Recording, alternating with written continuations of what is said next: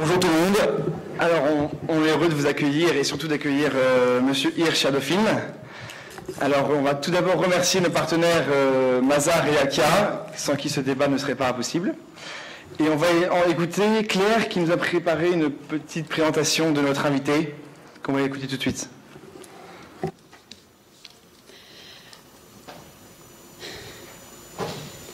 Claire, on t'écoute, on t'attend. Bonsoir Monsieur Hirsch, haut commissaire du gouvernement. Bonsoir à toutes et à tous. Nous vous souhaitons tout d'abord la bienvenue dans notre université Paris-Dauphine. Nous aurons le plaisir de débattre avec vous durant environ 1 heure sur des projets qui sont au cœur des préoccupations d'une grande partie de notre auditoire, c'est-à-dire la précarité chez les jeunes de 18 à 25 ans. Mais tout d'abord, revenons sur votre parcours, qui vous a permis d'être nommé haut commissaire à la solidarité active et plus récemment à la jeunesse. Qu'est-ce qui a fait du normalien en biologie que vous étiez le monsieur RSA que nous connaissons tous? Votre carrière au service de l'État semblait bien plus que prédestinée. Vous êtes le fils de l'ancien directeur de l'École nationale des ponts et chaussées et le petit-fils de l'ancien commissaire général au plan. Vous franchissez la première étape pour la fonction publique en intégrant l'École normale supérieure en 1983, où vous étudiez la biologie. Pour autant, vous ne choisissez pas la voie de l'enseignement et de la recherche, mais préférez celle de la haute fonction publique en intégrant l'ENA en 1988. Une carrière administrative très riche va alors s'en suivre, dont nous allons évoquer quelques grandes étapes. Vous débutez votre carrière à la Caisse nationale d'assurance maladie des travailleurs salariés, avant de rejoindre le ministère de la Santé. Le choix de ces premiers postes semble déjà préfigurer votre intérêt pour les politiques sociales. En 1997, vous démarrez votre carrière dans la sphère politique en devenant le directeur du cabinet de Bernard Kouchner et le conseiller chargé de la santé au cabinet de Martine Aubry. De manière concomitante, vous êtes le président de l'Union centrale des communautés Emmaüs entre 1995 et 2002, avant d'en devenir le président en 2002. Puis vous êtes appelé par le gouvernement Fillon en 2007 pour vous occuper des politiques de lutte contre l'exclusion. Vous devez alors démissionner de votre poste de président à la tête d'Emmaüs. En tant que haut commissaire, vous souhaitez mettre en place une politique active de retour vers l'emploi des plus démunis. Vous n'avez alors plus que 3 lettres en tête, RSA, pour revenu de solidarité active. Le principe, rendre le retour à l'emploi plus attractif pour les revenus modestes. Plus récemment, en janvier 2009, vous avez été nommé haut commissaire à la jeunesse. Une nouvelle mission, impossible dirait certes, vous est confiée, celle d'aider les jeunes de 18 à 25 ans. À cette fin, vous créez un site internet, générationactive.fr, en vue de communiquer et échanger sur vos projets.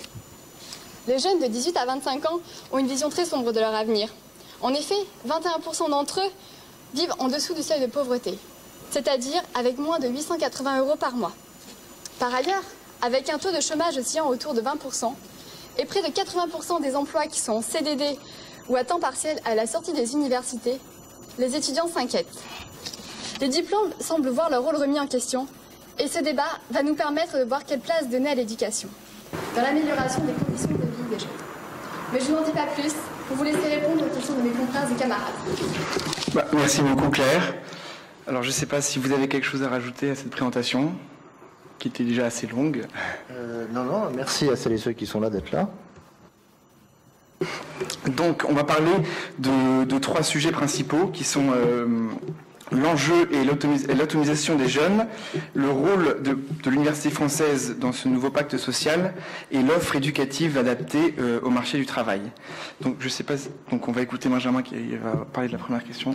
Donc Monsieur Hirsch, vous avez constitué une commission dont vous avez été le président en mars, dont le résultat a été ce projet, Force, concernant la formation, l'orientation, la ressource, la résidence pour les jeunes. Pouvez-vous nous préciser qui cela concerne, quels sont les moyens dont vous disposez et quels sont vos projets ou réflexions sur ce thème? Ok. Quelques mots, puis ensuite on échangera. Vous me direz effectivement ce qui vous préoccupe et si on peut y répondre. Parce que l'énumération de tout ça, la commission, les sigles, etc., je pense que c'est pas comme ça qu'il faut prendre les choses. là, je sors d'une remise d'un rapport qu'a fait l'OCDE, votre voisin de la Muette, sur la situation des jeunes diplômés, la situation des jeunes en France, dont les jeunes diplômés, par rapport à l'emploi. Quand on regarde la France par rapport aux autres pays sur les différents sujets sociaux, en général, elle est moyen plus. Ce qui n'est pas génial pour un pays qui dit toujours qu'il a le meilleur modèle social du monde. En général, elle est moyen plus.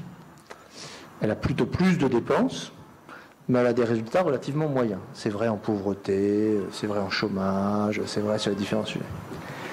Quand on regarde les questions qui concernent l'emploi, le travail, la situation sociale des jeunes, elle est carrément médiocre.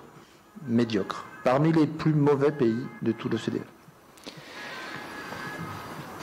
Et ça fait un certain temps que ça dure. Ça fait un certain temps qu'on a ou des diagnostics parfaitement connus, où tout le monde constate qu'effectivement on n'est pas bon, pour des raisons que tout le monde connaît. Alors tout le monde sait que il y a un système de sélection qui est plutôt un système de sélection par l'échec que par le projet. Tout le monde sait qu'il y a une coupure entre l'éducation et l'emploi.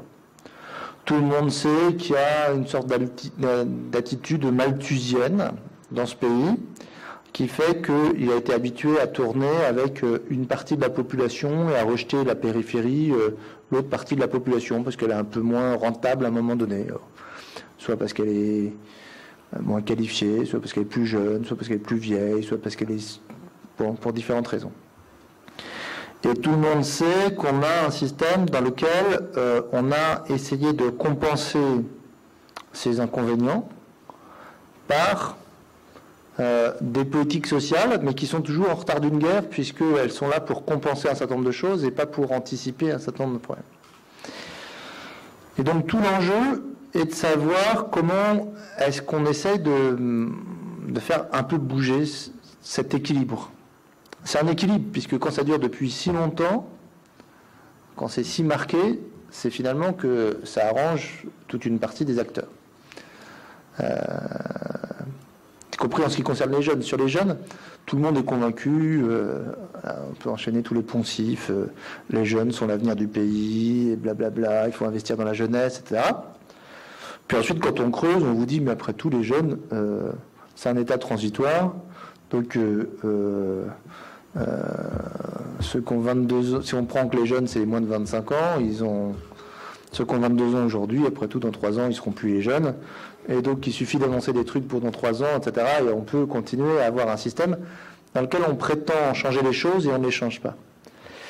Et donc, la question, c'est effectivement comment est-ce qu'on peut essayer de trouver 2-3 leviers qui obligent les acteurs à bouger. Alors, on s'était posé la question de la même façon pour cette situation absurde dans laquelle on voyait le nombre de RMistes augmenter. On a essayé de trouver des leviers pour renverser la tendance, pour arrêter un système dans lequel quelqu'un qui est au RMI qui reprend du boulot, il perd de l'argent, ou bien quelqu'un qui est au RMI, on le traite de feignant dans ce pays en lui disant c'est pas normal qu'il ne veuille pas travailler, mais par ailleurs quand il va à la NPE, pendant longtemps, on lui disait, monsieur, c'est pas la peine de vous inscrire pour demander du boulot, puisque vous n'avez pas besoin d'être inscrit pour toucher votre RMI, et ça nous arrangerait plutôt que vous ne soyez pas inscrit, parce que comme ça, vous ne compterez pas dans les statistiques du chômage. Voilà, c'est le genre de choses avec lesquelles on a vécu pendant assez longtemps. Hein. Et puis, petit à petit, on voyait Alors, sur les jeunes, on a longtemps cru que on pouvait faire le bien malgré eux.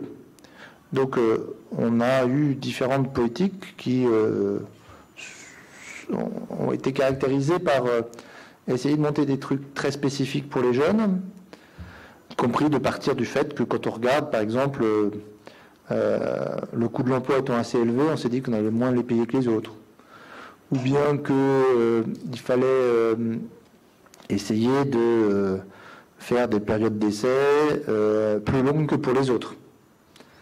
Puis à chaque fois, ça ne marchait pas parce qu'effectivement, sur le papier, ça pouvait fonctionner, mais dans la réalité, c'est extrêmement difficile de dire à des jeunes, vous avez une situation plutôt plus défavorable dans ce pays que dans d'autres, et 2, pour ça, on va vous mettre plutôt moins de protection et plutôt moins vous payer, et comme ça vous aidera.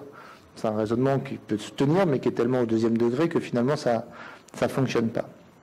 Donc, les questions qu'on se pose, c'est, comme je le disais tout à l'heure, c'est quoi les 2 ou 3 leviers qui fonctionnent dans un système dans lequel, finalement, pour chacun des acteurs, il y en a beaucoup qui ont intérêt à cet équilibre.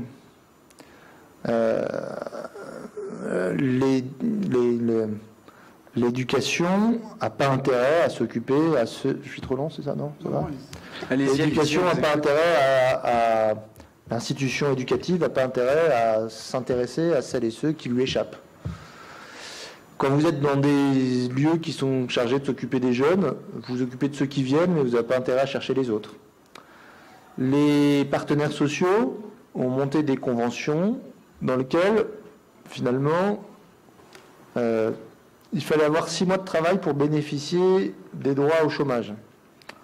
Résultat, comme les jeunes travaillent souvent 2 mois, 3 mois, 4 mois, ils cotisaient pendant ces mois et ils n'avaient pas le droit à l'indemnisation après.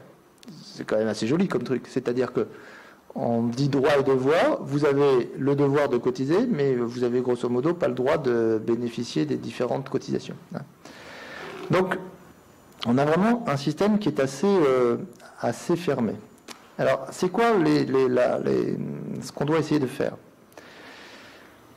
Vous parliez justement... Attendez, je finis, je vous dis ce qu'on va essayer de faire, et puis ensuite vous me poserez la question. Qu'est-ce qu'on doit essayer de faire ?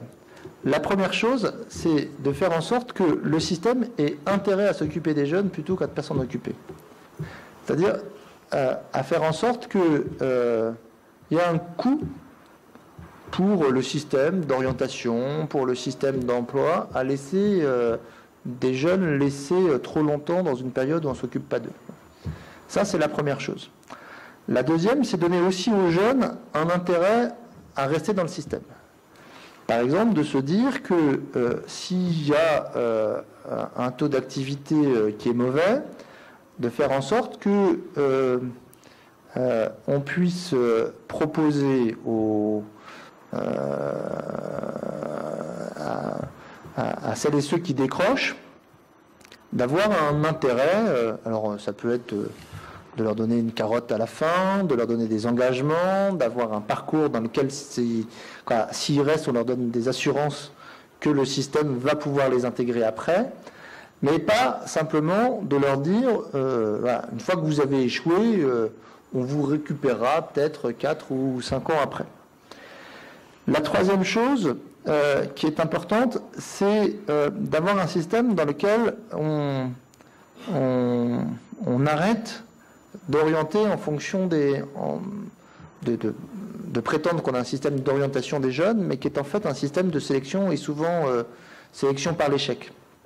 Et moi je trouve ça très frappant quand on discute avec des jeunes un peu plus jeunes que vous, 15 ans, 16 ans, 17 ans, une sorte d'angoisse épouvantable d'avoir à choisir des choses dont ils ont l'impression que ça leur restreigne plutôt leur avenir plutôt que ça leur ouvre leur avenir.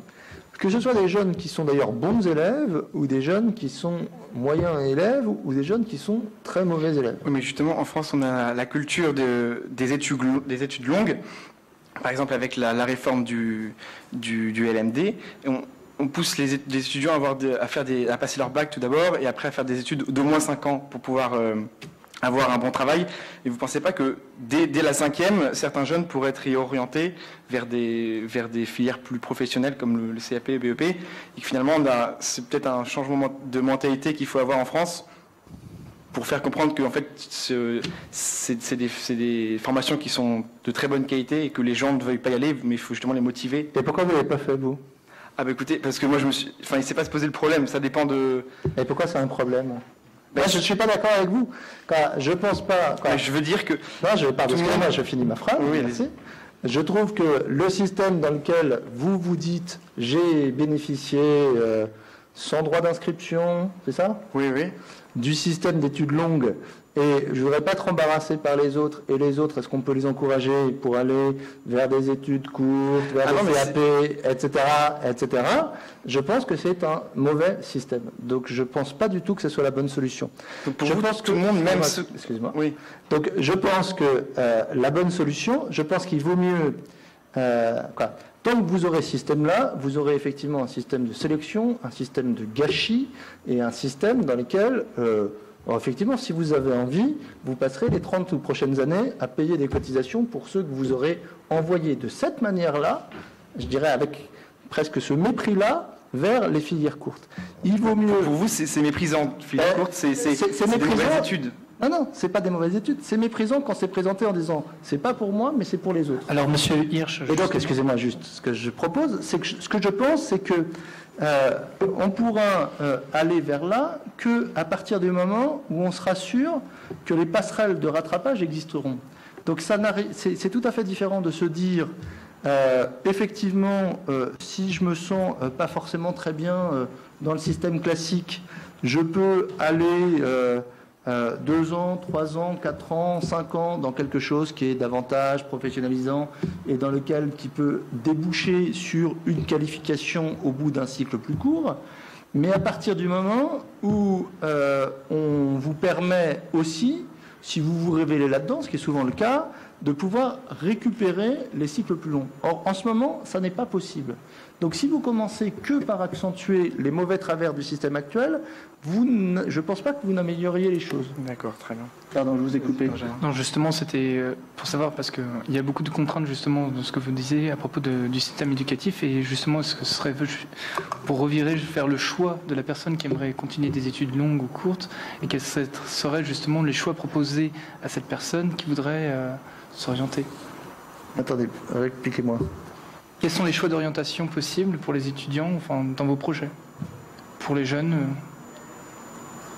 Quels sont les choix d'orientation? Non, ce que je pense, c'est que un des axes sur lesquels on doit pouvoir travailler, c'est de faire en sorte que, par exemple, on ait une possibilité quasi systématique de réorientation. Première chose. C'est-à-dire que s'il y a un moment où vous êtes dans quelque chose dans lequel vous vous plantez, au lieu d'attendre que vous vous plantiez, qu'on puisse vous proposer, sans que ce soit un échec, de pouvoir vous réorienter.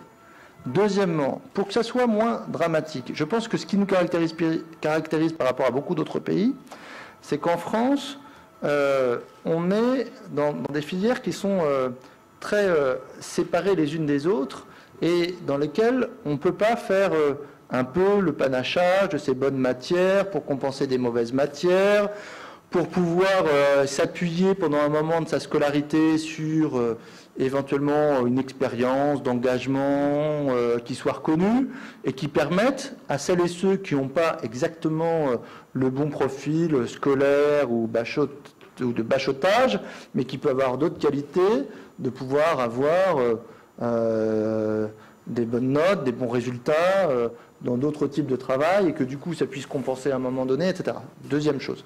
Troisième chose, que entre les différentes filières ou les différentes formations, et notamment celles qui sont professionnalisantes et celles qui sont le moins, il y a une possibilité de repassage de l'une vers l'autre. Donc vous voyez, c'est ce genre de principe qui existe vraiment extrêmement rarement dans le système français et dont je pense qu'ils sont conciliables avec à la fois l'idée de pouvoir faire en sorte que ceux qui sont hyper doués, hyper à l'aise dès l'adolescence pour les maths, la finance, que sais-je, puissent continuer dans leur cursus s'ils veulent, mais que ça ne puisse pas fermer un certain nombre de formations ou un certain nombre de professions ou un certain nombre de voies à celles et ceux qui, au même âge ou compte tenu du fait qu'ils n'ont pas eu les bons profs, le bon milieu, le bon déclic, etc., se voient directement enfermés dans des choses dans lesquelles ça les conduira là à la relégation. D'accord, très bien.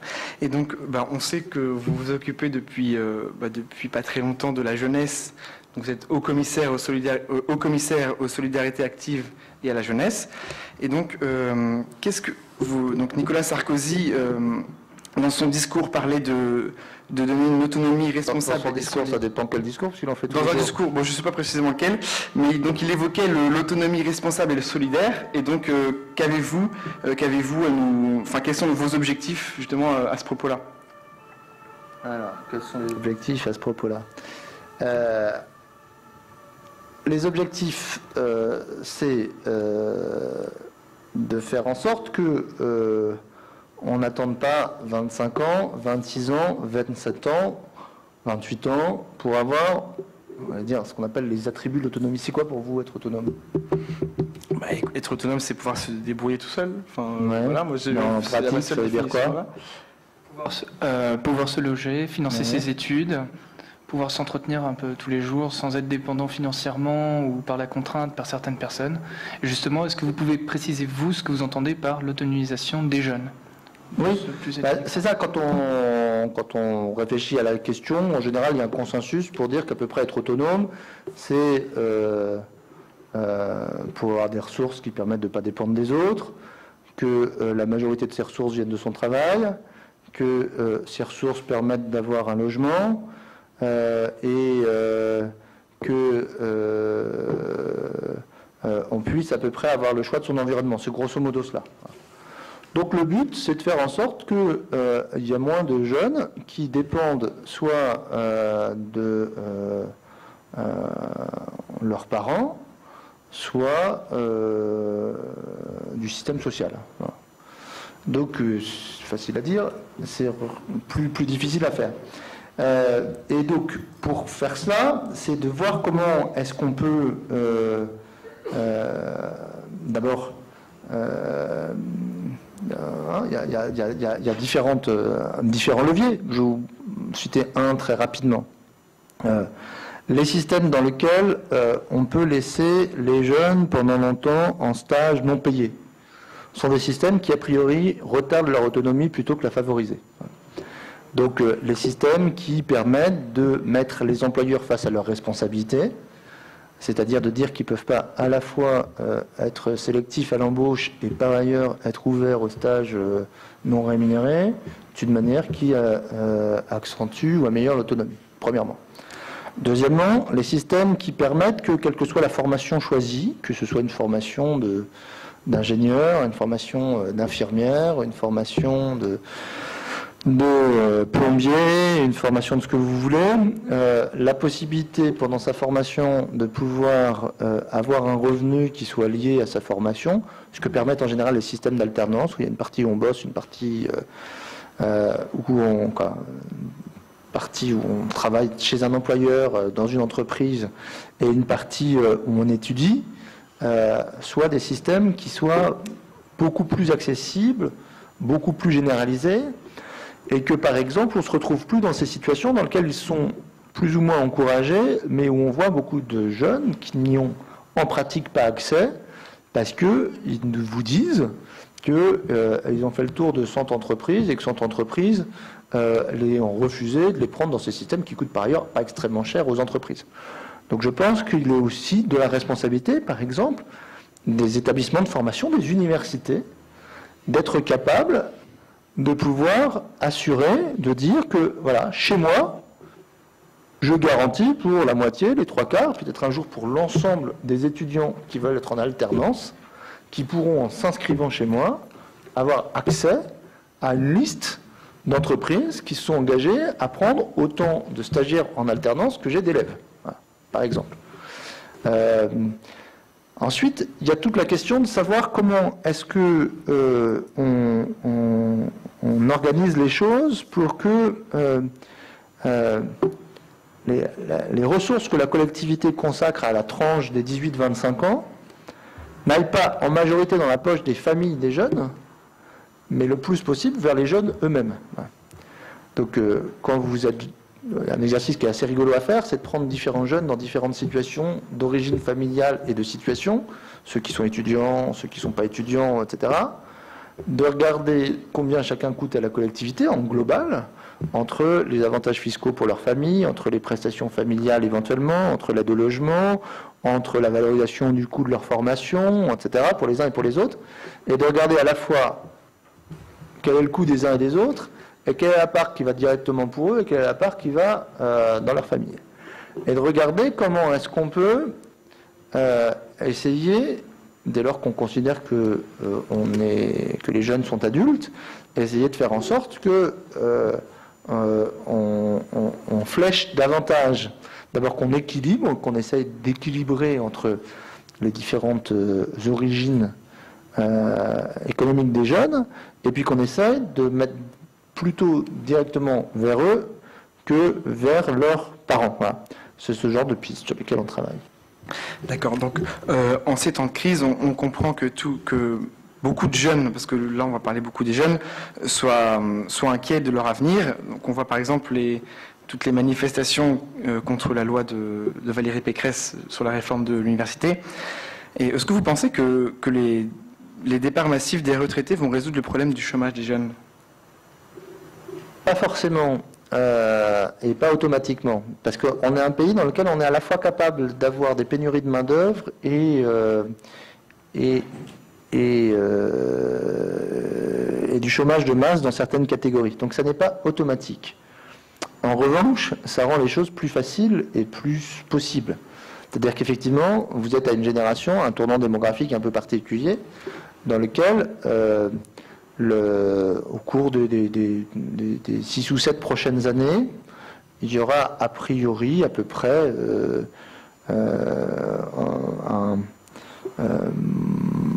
000 départs à la retraite supplémentaires par an et 80 000 jeunes de moins, puisque c'est plutôt les classes creuses. Donc vous avez là, contrairement aux périodes qu'on a connues il y a 5 ans ou il y a 10 ans, vous avez une situation dans laquelle normalement il y a une demande de jeunes assez forte.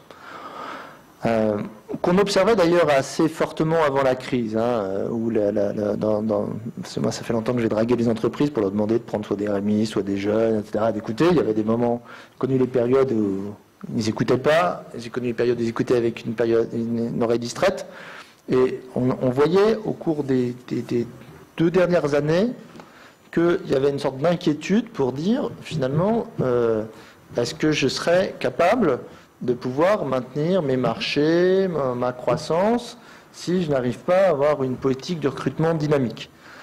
Et donc, y compris à être ouvert à des formules nouvelles, du type, peut-être que j'ai intérêt à aller pré-recruter des jeunes, parce que si je les pré-recrute pas, ils iront peut-être se former dans d'autres métiers, ils ne seront pas pour moi, et moi j'aurai une pénurie d'un certain nombre de qualifications, et que j'aurai ces difficultés. Donc, oui, la situation démographique doit permettre de pouvoir accélérer et améliorer les conditions d'intégration des jeunes dans l'activité, mais non, ça ne va pas de soi si on ne fait rien de spécial. Et quand on regarde, par exemple, quand on regarde un secteur comme le secteur des assurances, ils ont, quand on regarde l'excédent sur plusieurs années, les évolutions démographiques. Les évolutions démographiques, elles font apparaître, a priori, un besoin de 80 000. Est-ce que ça veut dire qu'ils vont recruter 80 000 ? Non, ça veut dire qu'ils vont arbitrer entre recruter des jeunes ici, ou bien réduire leurs effectifs et recruter ailleurs ou différemment. Donc, on est aussi dans une situation dans laquelle, si on n'arrive pas à contractualiser, faire prendre des engagements avec un certain nombre de branches professionnelles, on se retrouvera simplement à restreindre le système, et donc la politique démographique que vous évoquez, les évolutions démographiques très marquées, se traduiront simplement par un resserrement de la taille de la population active, ce qui n'est pas bon. Voilà, en réponse à ce que vous dites, ne pensez-vous pas qu'il faut davantage mettre en relation le système éducatif, justement, avec les entreprises ? Si. Ce qui n'est pas toujours le cas. Si. Quels sont les moyens ? Qu'est-ce que vous en pensez ? Qu'est-ce que j'en pense ? Je pense que justement, il faudrait, personnellement, qu'il faudrait justement que les entreprises, comme vous l'avez dit, s'intéressent beaucoup plus à des formations, ou à rechercher les étudiants qui les intéressent plus tôt, qu'ils forment mieux, et justement comme ça on sera sûr qu'il y aura moins de précarité de ce côté-là. Ça c'est ce que je pense. Et vous, quelles sont vos réflexions sur ce sujet? Non, alors ça à peu près tout le monde est d'accord pour dire qu'il faut plutôt rapprocher le système de formation des entreprises, pas etc. Tout le monde. Enfin, vous pensez à qui? Certains syndicats ou lesquels? Plutôt justement du système éducatif. Lesquels? Non, mais dites-moi lesquels? Ils sont pas d'accord avec ça. La FNESUP, je crois, ou qui n'a pas le. La FNESUP, Là je connais pas. Bon, pour en revenir en tout cas. Ah, mais excusez-moi, on est dans une université là, donc on est rigolo. Si vous dites quelque chose, comment? Vous les avez consultés? Il y a le SNESUP d'un côté, c'est à ça que vous pensiez? Alors, si aucun syndicat ne s'intéresse au jeu ou n'est contre ce système, pourquoi ça ne se fait pas tout de suite? Pourquoi il n'y a pas un tel rapprochement? Non, c'est pour ça je pense qu'il ne faut pas rester dans les clichés d'avant. Aujourd'hui, il y a à peu près, je pense que, moi je sais pas, ceux que je vois, ceux que je consulte, ceux qui nous écrivent, ceux qu'on voit, et on voit à peu près l'ensemble des organisations, elles sont, il n'y en a aucune qui est opposée à ce qu'il y ait un meilleur lien entre l'entreprise, le système éducatif et le système d'enseignement supérieur. Certains sont opposés ou craignent la dépendance de l'un par rapport aux autres. Par exemple, se disent que c'est pas bon, ce qui est discutable, pas bon que une chaire d'enseignement devienne financée par telle ou telle entreprise. De se dire que c'est pas bon si le financement de telle ou telle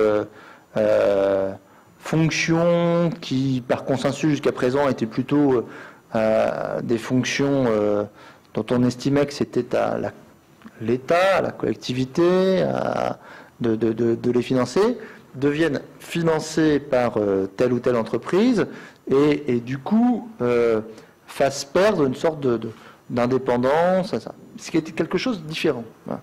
Mais sur le rapprochement entre les filières d'enseignement, entre l'école, l'université et les entreprises, je crois vraiment qu'il n'y a pas un seul acteur qui est contre. Voilà. Alors ensuite, comment est-ce qu'on peut assurer ce rapprochement? Alors, il y a plusieurs obstacles. Il peut y avoir des obstacles que tout le monde est pour, mais personne n'a le temps, personne n'a envie. Voilà. Donc, il faut donner un intérêt aux uns et aux autres. Moi, je pense par exemple dans les choses sur lesquelles on travaille que dans le système d'orientation, je ne sais pas si vous avez passé par le système d'orientation, les conseillers d'orientation, psychologues, etc., etc. Je trouve que le système d'orientation, il doit avoir comme vocation de faire différentes choses, de pouvoir donner de l'information, mais aussi de dire de pouvoir un élève qui dit moi je m'intéresse de savoir comment fonctionne soit une boulangerie, soit une centrale nucléaire, soit un cabinet d'avocats, etc. De pouvoir effectivement avoir des périodes dans ces différentes entreprises. Et que ça soit ça, les missions d'un système d'orientation notamment. C'est de pouvoir organiser les périodes et pas simplement de dire il faut avoir fait qu'on vous dise d'avoir fait un stage, ce qu'on trouve, on trouve, ce qu'on ne trouve pas, n'en trouve pas, etc.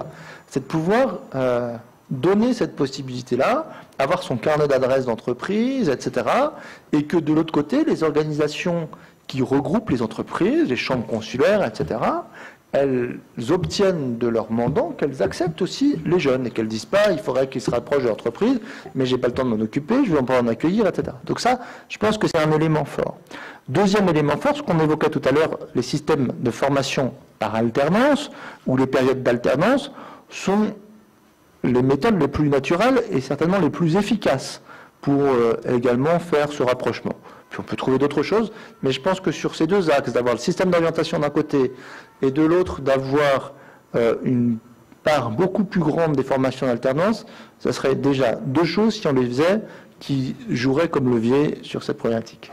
Alors on va écouter une dernière question de Claire, et après on pourra passer aux questions du public, parce que j'imagine que tout le monde a envie de poser des questions à Monsieur Hirsch. Forcément. Voilà, Claire. Bon, on espère.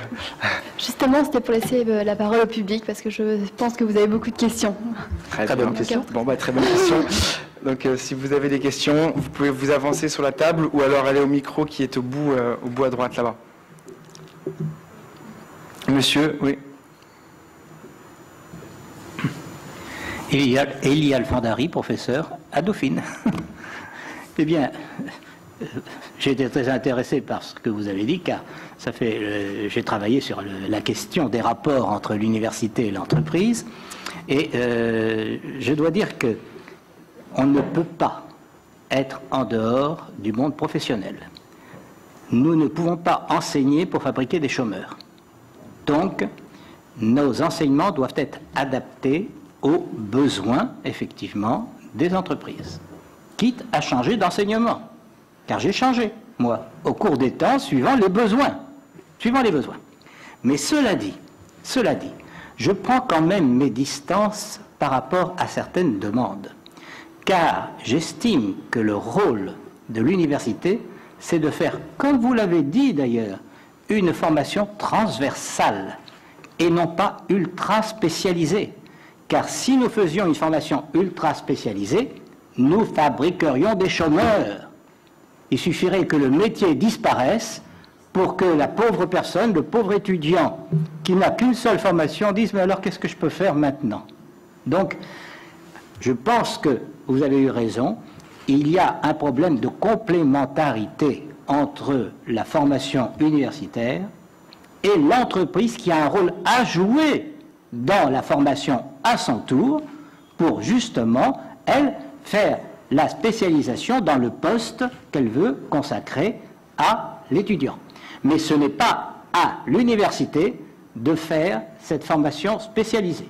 Et je vais vous donner d'ailleurs un exemple. Il y a un monsieur qui est venu me voir une fois et qui m'a dit « Monsieur Alfandari, j'aimerais que vous créiez un diplôme supérieur de gestion portuaire. » De gestion portuaire? Ah oui. Et vous embaucherez combien d'étudiants? Fluvial ou maritime? Maritime. Hein? Et vous embaucherez combien d'étudiants? 4, qui me dit. Et qu'est-ce que vous ferez des 26 autres? Oh, bof, qui me fait. Hein? Bon, il voulait une formation ultra spécialisée pour embaucher juste un tout petit nombre d'étudiants et puis se moquer totalement des autres. Et en plus de ça, il pensait que c'était à l'université de payer la formation en question et non pas à lui-même, vous voyez. Hein? Alors, je crois qu'il faut quand même être très très prudent, justement, dans cette idée de la formation professionnelle. Elle est nécessaire, elle est évidente, mais elle doit être pluridisciplinaire, elle doit être à la base de transversalité. Bon, par exemple, ici à Dauphine, il faudrait que ce soit à la fois le droit, l'économie et la gestion, si vous voulez, qui se croisent pour que les étudiants puissent ensuite trouver plus facilement un emploi. C'est sûr. Hein. Et puis, quand même, attention, hein, en dehors de droit, de l'économie et de la gestion, qui sont incontestablement des formations quand même professionnelles, comme en médecine, si vous voulez. Hein. Il y a effectivement le droit et la médecine sont quand même des formations professionnelles au départ. Mais en dehors de ça, il y a quand même la formation culturelle. La base aussi, ne l'oublions pas, c'est la formation culturelle. Donc, il y a cela, hein, vous voyez, formation culturelle, formation professionnelle, mais généralisée et ensuite finalisée par l'entreprise et payée à ce moment-là par l'entreprise. Qui colle avec une année d'alternance à la fin, par exemple, etc. Mais il y a vraiment une caractéristique française et qu'il faut changer, mais qui prend du temps à changer, c'est que on est un pays dans lequel il y a toute une série de cursus qui sont considérés comme impropres par la suite. Quoi. On a inventé une expression qui est fabuleuse, qui est de dire qu'à un moment, les entreprises se sont intéressées au vivier méconnu. Donc il y a eu un programme Vivier méconnu. Alors, Vivier méconnu, c'est quoi? C'est de se dire, quelle audace, je suis une entreprise et je vais aller regarder si je vais prendre des types qui ont eu une thèse d'histoire ou un diplôme de lettres et de savoir si je peux les embaucher. Dans tous les autres pays, ça c'est des viviers parfaitement connus, quoi. Même c'est des viviers plutôt prisés. Donc vous voyez, quoi, c'est quand même un système hallucinant d'étroitesse d'esprit, quoi. Et alors même que ce qu'on apprend souvent, c'est que c'est quoi l'intérêt de la formation? Par ailleurs, il y a plein d'entreprises qui vous expliqueront que de toute façon, une fois qu'elles ont recruté, elles se fichent de savoir si les personnes ont les bonnes compétences pour le poste dont elles ont besoin, parce qu'elles assureront dans le parcours de la première année la spécialisation qu'elles font. Donc c'est vraiment un système plutôt d'écrémage particulier. Même pas, je n'allais pas dire un système de sélection des meilleurs, c'est d'écrémage par catégorie, quoi. Et qu'on retrouve effectivement dans très peu de pays, quoi. C'est très particulier au système français. Il y a un enjeu assez intéressant de savoir en combien d'années on peut abaisser ces barrières-là. Merci. Est-ce que quelqu'un d'autre a une question? Oui, monsieur, à droite. Moi, j'aurais une question, bien sûr, pour le haut-commissaire à la jeunesse. Je souhaiterais savoir comment, le 12 janvier, si je ne me trompe pas, quand le président de la République vous a nommé, donc vous a donné la délégation, la responsabilité lourde de la jeunesse, de la politique de la jeunesse qu'il souhaite mener dans ce pays, vous n'avez pas pu ou vous n'avez pas su lui porter son attention sur ce qui, pour moi, constitue une erreur de communication assez importante, puisqu'elle dessert maintenant toutes vos actions d'envergure, c'est-à-dire celui de votre titre, haut-commissaire à la jeunesse. Alors qu'on sait bien que pour la jeunesse, le commissaire, ça représente le champ lexical de la police, de la répression, etc. Et est-ce que vous ne voudriez pas devenir ministre de la jeunesse? Sachant qu'il y en a déjà un, ministre de la jeunesse et des sports, ça n'empiète pas sur le ministère de... Il n'y a pas de ministre de la jeunesse. Non, je ne sais pas d'où ça vous vient, quoi. On rappelait que vous évoquiez les commissaires au plan, police. Le haut-commissaire aux réfugiés, il est policier? Non, mais vous savez bien que les commissaires aux Nations Unies, etc., bénéficient d'une image très différente, mais il faut s'adapter également à sa cible. On parle à la jeunesse. Moi, je ne bénéficie pas d'image. Je suis désolé, depuis le 12 janvier, j'ai rencontré pas mal de jeunes. Il n'y en a personne qui m'a demandé où était mon képi, mon sifflet, etc. Donc j'ai été le premier. Donc j'ai tenu 12 janvier, 12 février, 1 mois, 2 mois, 3 mois, 4 mois, sans qu'on me dise cela. C'est pas le souci. On ne voit pas bien quel est votre rôle précis en fait par rapport aux autres ministères, parce qu'il y a le ministère de l'Emploi, le ministère donc de la jeunesse et des sports, et donc vous avez un rôle particulier. Il n'y a plus de ministère de la jeunesse. Plus de ministère de la jeunesse, donc vous avez ce rôle particulier qui est la jeunesse en fait. Alors, en fait, quand vous regardez les questions, la jeunesse, jusqu'à présent, a été rattachée soit au sport, soit à l'éducation. Donc il y a eu des ministres de la jeunesse et des sports, il y a eu des ministres de l'éducation et de la jeunesse, je ne sais pas ce qu'il y a eu d'autres, mais il y a eu à peu près ça au cours des 20 ou 30 dernières années. Quand on vous demande ce qu'il faut faire vis-à-vis de la jeunesse, qu'est-ce qu'on dit? Une politique de la jeunesse, c'est une politique de la jeunesse par rapport à leurs ressources, par rapport à leur emploi, par rapport à leur citoyenneté, par rapport à leur logement, par rapport à leur santé, par rapport à leur formation. Vous êtes à peu près d'accord là-dessus? Bien sûr, mais moi, ma véritable question, c'était comment expliquez-vous tout simplement ce problème de communication qui se présente, puisque vous avez sur l'emploi des jeunes... Le problème de communication, c'est souvent des communications difficiles ou faciles, mais je vous garantis, je sais pas, vous avez lu des articles me demandant si j'avais un képi, vous avez vu des jeunes, etc. C'est simple. Vous avez pas de communication avec vous, mais finalement, j'en ai pas eu avec les autres. Donc je continue. Et donc là-dessus, moi ce que j'ai souhaité, c'est de pouvoir avoir un travail qui soit à peu près transversal et sur lequel on puisse, sur ces différents champs, essayer de repenser ce que devaient être les objectifs d'une politique de la jeunesse, de partir de c'est quoi les objectifs, à quoi on doit arriver et quels sont les différents leviers, justement, qui sont souvent des leviers de transition entre le système éducatif et l'emploi, entre différents acteurs. Et je pensais, et je continue à penser, communication ou pas communication, que ça c'est strictement incompatible avec un système qui soit cantonné dans un champ ministériel précis, qui est une chose. Hein. Et donc, et d'ailleurs, c'est ce que demandaient tous les acteurs, depuis ça fait longtemps que je travaille dans ces différents secteurs sociaux. Quand vous interrogez les acteurs, quand vous lisez les rapports des commissions, ils disent il faut que ça soit interministériel à la question de la jeunesse, il ne faut pas que ça soit rattaché à l'ensemble d'une des dimensions, etc. Donc c'est ça ce qu'on a bâti. Ensuite, il y a une deuxième chose sur le titre de haut-commissaire que j'ai réexhumé depuis 2 ans, qui voulait marquer qui m'a conduit à travailler avec les allocataires du RMI, les travailleurs pauvres, les salariés modestes qui n'ont jamais traité de policiers. Jamais cru qu'il était un commissaire de police du RMI, etc.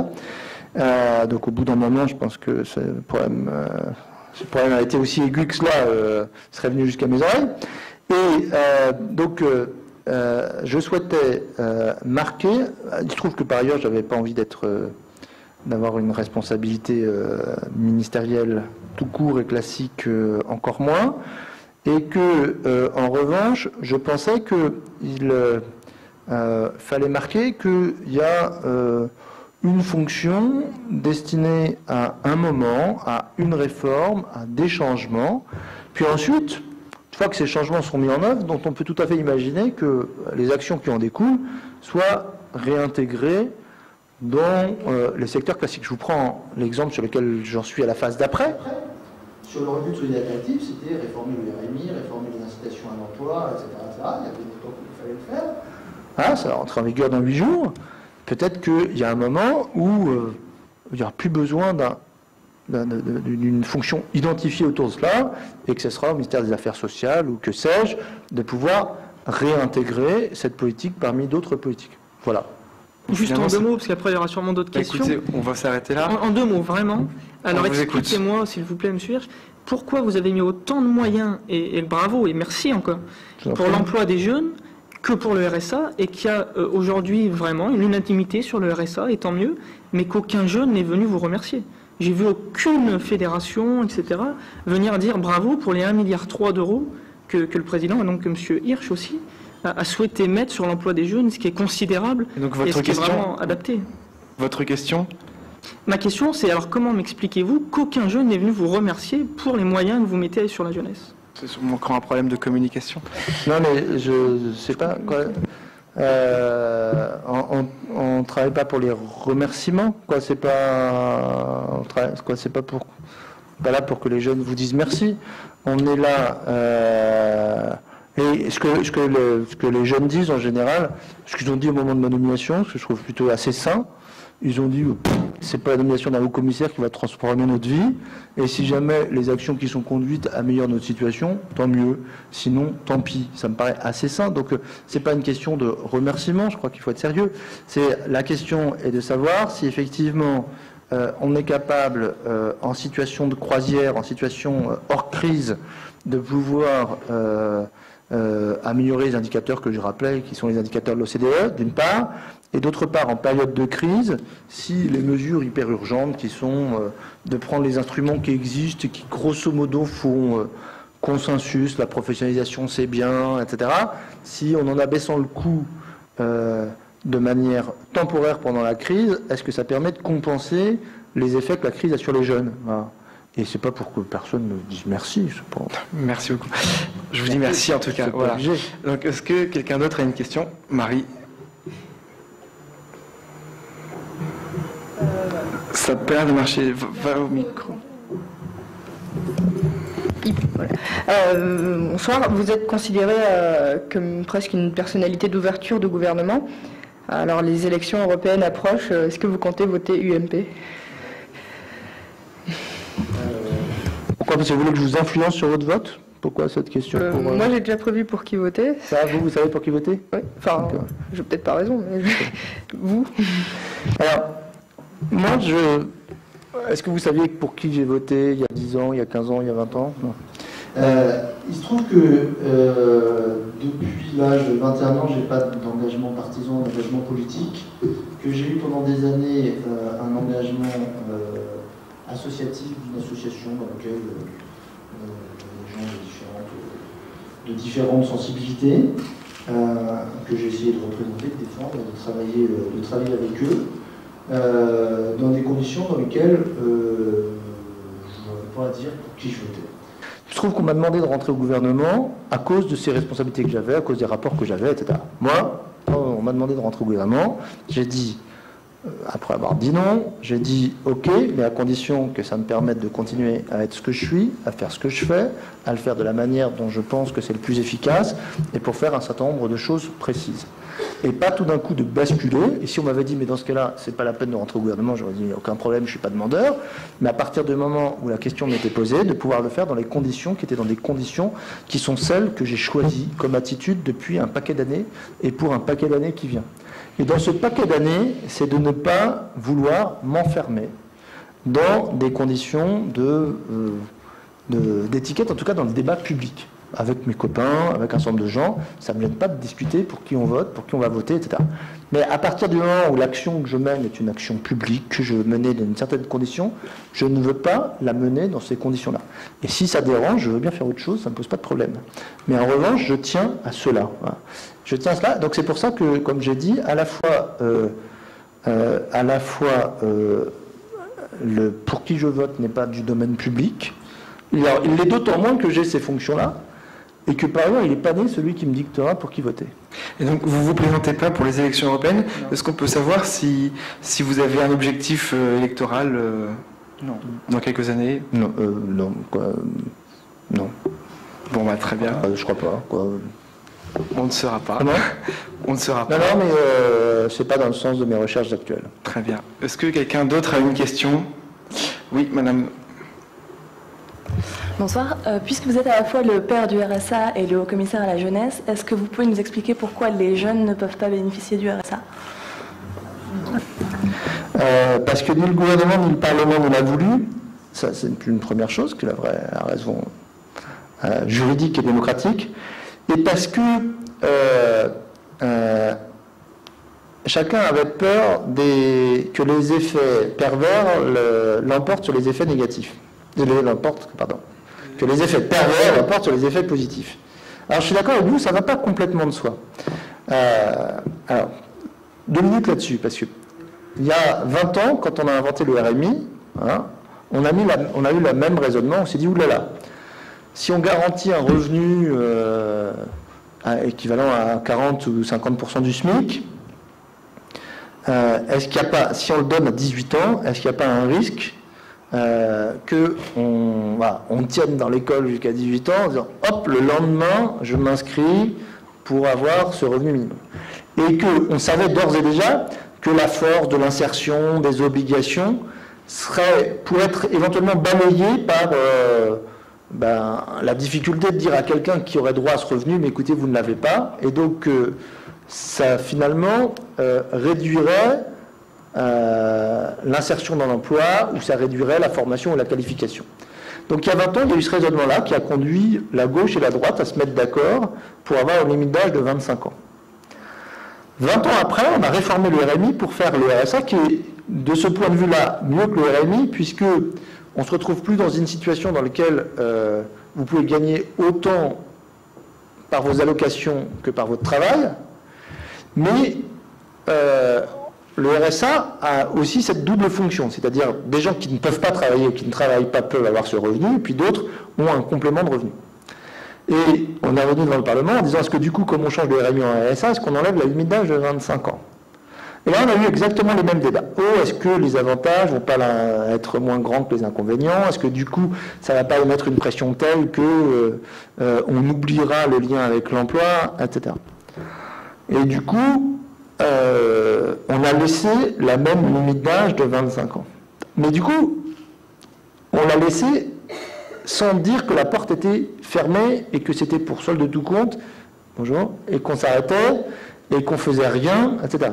En disant, mais du coup, ça force à travailler sur la question des 18-25 ans, de leurs revenus, etc.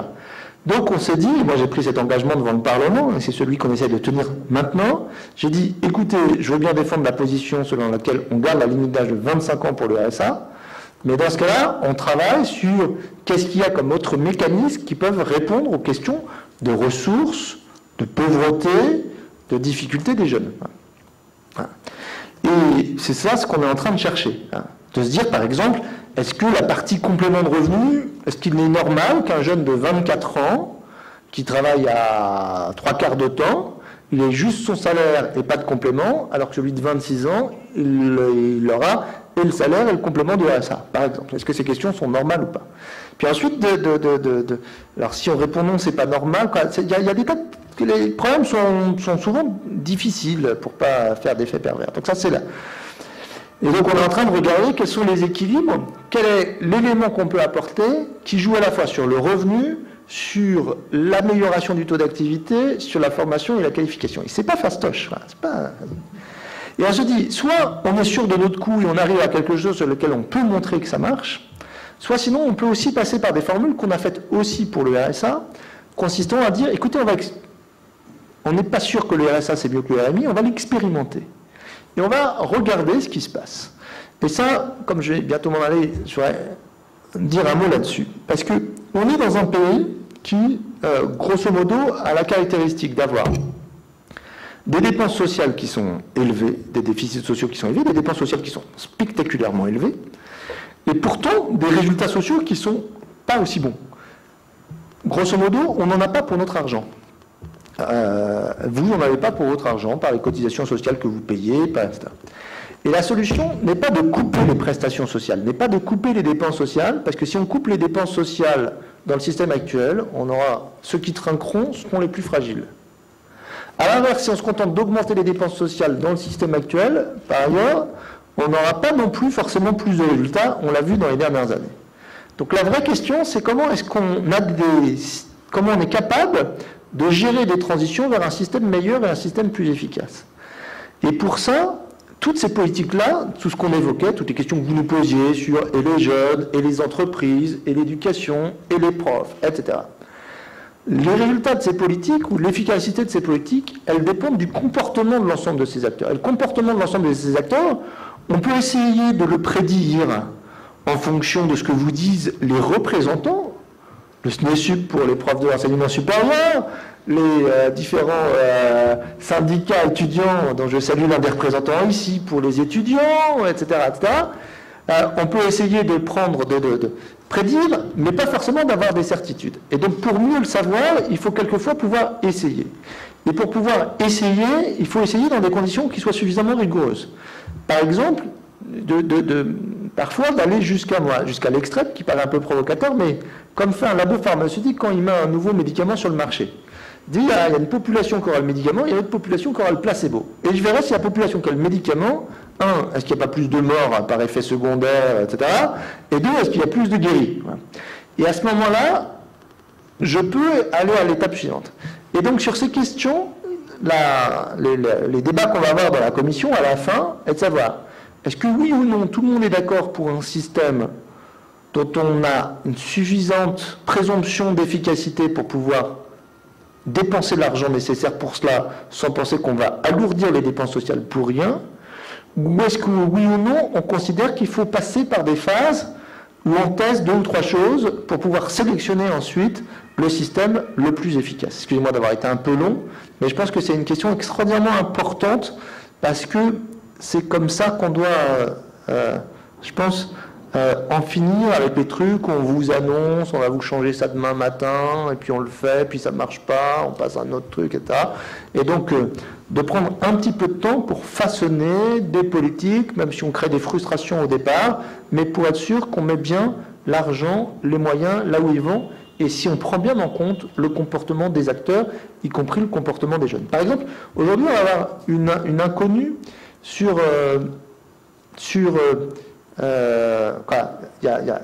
vous rappeliez des mesures qu'on a prises dans l'urgence sur les stagiaires, etc., qui sont des mesures conjoncturelles prises pendant la période. Ça sera très intéressant de regarder comment les jeunes se comportent par rapport à ces mesures et comment les entreprises se comportent à ces mesures pour savoir si effectivement ce sens-là qu'on doit pérenniser ou prolonger. Écoutez, merci beaucoup, Monsieur Hirsch, de nous avoir consacré 1 heure dans votre emploi du temps de ministre. Donc on peut vous applaudir. Merci beaucoup, au revoir. Merci à vous d'avoir assisté au débat et nous souhaitons remercier aussi nos sponsors Delca et Mazar. Merci.